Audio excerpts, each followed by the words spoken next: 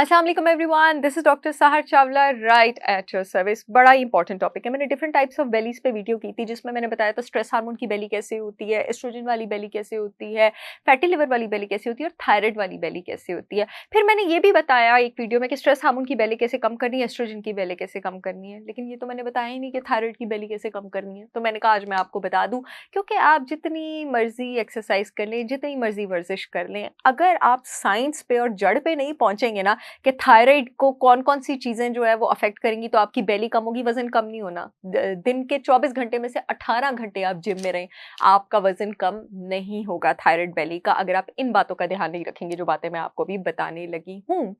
सबसे पहली गलती, ये मैंने एक बार पहले भी बात की थी, आप थायराइड जब आपका और आप वेट लूज़ करने की कोशिश करते हैं, आपका मेटाबॉलिज़्म ऑलरेडी स्लो है और आप मज़ीद एलसीडी पे चले जाते हैं, लो कैलोरी डाइट पे आप चले जाते हैं, वीएलसीडी पे चले जाते हैं। वीएलसीडी उस डाइट को कहते हैं जिसमें 1000 से भी नीचे कैलोरीज़ हों। अगर कभी मेरे कोई पेशेंट्स जिनके मैंने थायराइड के डाइट चार्ट्स बनाए हों कस्टमाइज़्ड और वो किसी वीडियो पर कमेंट कर दें, तो वो आपको बताएँगे कि मैं कितना ज़्यादा, मुझे पेशेंट्स कहते हैं डॉक्टर साहब आप खिला-खिला के पतला करती हैं।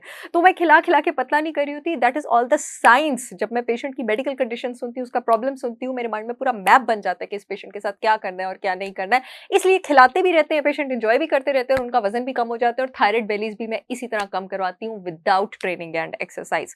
आपकी बॉडी में ज़िंक, सेलेनियम, मैग्नीशियम या विटामिन डी की कमी है और तो आपका पेट कम नहीं होना। अगर आप हाइपोथायरायडिज़्म के पेशेंट हैं, तो आप मेरे पास जब पेशेंट्स आते हैं, सबसे पहले मैं उनका विटामिन डी चेक करवाती हूँ। मैग्नीशियम, ज़िंक और सेलेनियम के लिए मैं उनके सिम्पटम्स पूछ लेती हूँ। सेलेनियम का सप्लीमेंट तो मैं वैसे भी थायराइड के प्लान में देती हूँ। Zinc carnosine 20 milligram. Zinc carnosine ज़्यादातर इसलिए मैं रिकमेंड करती हूँ थायराइड के पेशेंट्स को, जो डायबिटीज़ के पेशेंट्स होते हैं उनको मैं ज़िंक बिसग्लाइसिनेट या ज़िंक ग्लूकोनेट रिकमेंड करती हूँ। उसकी रीज़न आपके पास ये है कि थायराइड वाले पेशेंट्स को अक्सर कॉन्स्टिपेशन भी होती है और उस वजह से भी उनका वज़न कम नहीं हो रहा होता। तो कार्नोसिन कॉन्स्टिपेशन रिलीव करने में हेल्प करता है। बड़ी ज़बरदस्त इसके आपके पास रिजल्ट्स हैं। Zinc carnosine 20 to 30 milligram daily empty stomach आपने लेना होगा। मैग्नीशियम अगर आपको कॉन्स्टिपेशन है सिट्रेट लेना होगा या ग्लाइसिनेट लेना होगा 500 मिलीग्राम सोने से पहले। Selenium depending on the patient condition, कुछ पेशेंट्स को मैं 50 माइक्रोग्राम की डोज देती हूँ, कुछ को 100 की देती हूँ, कुछ को 200 माइक्रोग्राम की डोज भी मैक्सिमम पर मैं जाती हूँ 2 से 3 महीने, फिर मैं सेलेनियम डिसकंटिन्यू करवाती हूँ। विटामिन डी, अगर आप थायराइड के साथ पेट कम करना चाह रहे हैं तो आपका 60 से ऊपर होना चाहिए। विटामिन डी हर हाल में 60 से ऊपर होना चाहिए। आपके पास जब रिपोर्ट्स आती हैं उसमें 20 या 30 विटामिन डी सफिशिएंट लिखा होता है, थायराइड वाले का पेट कम नहीं होगा। अगर उसका आपके पास 60 से नीचे है। जब आपको थायराइड का प्रॉब्लम हो, आपके माइटोकॉन्ड्रिया से एनर्जी खत्म हो जाती है। माइटोकॉन्ड्रिया में अगर एनर्जी नहीं है तो आपका बेली फैट बर्न नहीं होगा। क्यों?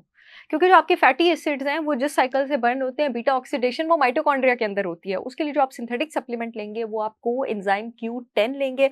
और एक और बहुत मज़े की आपको मैं रेसिपी बताऊँ माइटोकॉन्ड्रिया को फैट बर्निंग में डालने के लिए, आप अगर हाफ टी स्पून टर्मरिक लेते हैं ब्लैक पेपर के साथ नीम गर्म पानी में, और उसमें आप थोड़ा-सा टीस्पून आप अदरक डाल लेते हैं रात को सोने से पहले, तो 6 घंटे में आपका माइटोकॉन्ड्रिया रिवायर होना शुरू हो जाता है। वीडियो में मैं आपको आगे और भी टिप्स बताने लगी हूँ, लेकिन क्योंकि ऑर्गेनिक हल्दी मिलना इतना क बड़ा अलमिया है और इतना मुश्किल है, तो अगर आप ऑर्गेनिक हल्दी और ऑर्गेनिक अदरक पाउडर ढूँढ रहे हैं, आप मेरी ब्रांड www.holisticwisdom से जाकर ऑर्डर कर सकते हैं। पूरे मुल्क में शिपमेंट हो रही है। लिवर अगर आपका डिटॉक्स नहीं है, 90% कन्वर्जन जो है आपके थायराइड हार्मोन की लिवर में होती है। अगर लिवर डिटॉक्स नहीं है, पेट कम नहीं होना, क्योंकि थायराइड हार्मोन की कन्वर्जन थायराइड एक्टिव फॉर्म में बनना शुरू होगा तो आपका वज़न जो है वो कम होना शुरू होगा। लिवर को डिटॉक्स करने के लिए बहुत सारी चीज़ें चाहिए होती हैं। सिंथेटिक सप्लीमेंट्स भी चाहिए होते हैं, प्रोबायोटिक चाहिए होता है, आपको मल्टी एंजाइम कॉम्प्लेक्स चाहिए होता है। और लिवर को डिटॉक्स करने का मतलब है कि लिवर जो जूस बना रहा है, जिसने ज़हरीले मादे लेके लिवर से बाहर निकलना है, वो निकलता भी जाए और उसके रास्ते में कोई रुकावट भी ना आए, जिस जूस को आपके पास बाइल कहा जाता है। उसके लिए पेशेंट को टटका सप्लीमेंट्स दिए जाते हैं, प्रोबायोटिक सप्लीमेंट्स दिए जाते हैं, मल्टी एंजाइम कॉम्प्लेक्स सप्लीमेंट्स दिए जाते हैं। उसके अलावा पूरा उनको मैं एक ब्लेंड सजेस्ट करती हूँ त्रिफला पाउडर का, फेनल पाउडर का, अदरक पाउडर का, आंवला पाउडर का, हल्दी पाउडर का, कॉफ़ी बीन पाउडर का, जो कि उनके लिवर को डिटॉक्स करने में हेल्प करता है और उनके थायराइड हार्मोन की कन्वर्जन जो है वो बेटर हो जाती है। ये जो पूरे का पूरा मैं उनको फॉर्मुलेशन सजेस्ट करती हूँ, ये लिवर डिटॉक्स के नाम से मेरी वेबसाइट पे भी अवेलेबल है। आप लोग चाहें तो मुझसे भी ऑर्डर कर सकते हैं। और उसके अलावा अगर आपका स्ट्रेस कम नहीं होगा, आपका कॉर्टिसोल हार्मोन रेगुलेटेड नहीं होगा तो आपकी थायराइड बेली कभी भी कम नहीं होगी, क्योंकि जब आपका स्ट्रेस हार्मोन ऊपर जाता है तो वो आपके थायराइड हार्मोन को मज़ीद नीचे लेके आता है। कॉर्टिसोल को कैसे बैलेंस करना है, इस पर मैं बहुत वीडियोज़ कर चुकी हूँ, आप उनको जाकर देख सकते हैं। मुझे उम्मीद है ये वीडियो आप लोगों के बहुत काम आएगी। I will see you again with yet another informational video. तब तक के लिए अल्लाह हाफ़िज़।